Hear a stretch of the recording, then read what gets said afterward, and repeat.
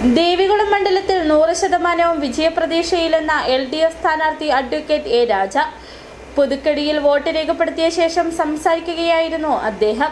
കേരളത്തിൽ ചരിത്രം കുറിച്ച ഇടതുപക്ഷ ജനാധിപത്യ മുന്നണി വീണ്ടും അധികാരത്തിൽ വരും. ദേവികുളം നിയോജക മണ്ഡലത്തിൽ കഴിഞ്ഞ തവണത്തേക്കാൾ കൂടുതൽ ഭൂരിപക്ഷത്തിൽ LDF വിജയിക്കുമെന്നും എ രാജ പറഞ്ഞു. 100% വിജയപ്രതീക്ഷയാണ്. കേരളത്തിൽ ഇടതുപക്ഷ ജനാധിപത്യ മുന്നണി ചരിത്രം കുറിച്ചുകൊണ്ട് വീണ്ടും അധികാരത്തിൽ വരും.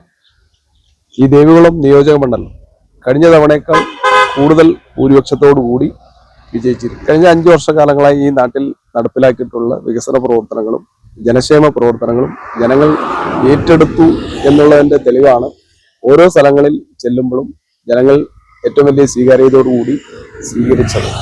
അപ്പോൾ തീർച്ചയായിട്ടും ഈ കഴിഞ്ഞ 5 വർഷക്കാലം ജനങ്ങളോടൊപ്പം നിന്നിട്ടുണ്ട്.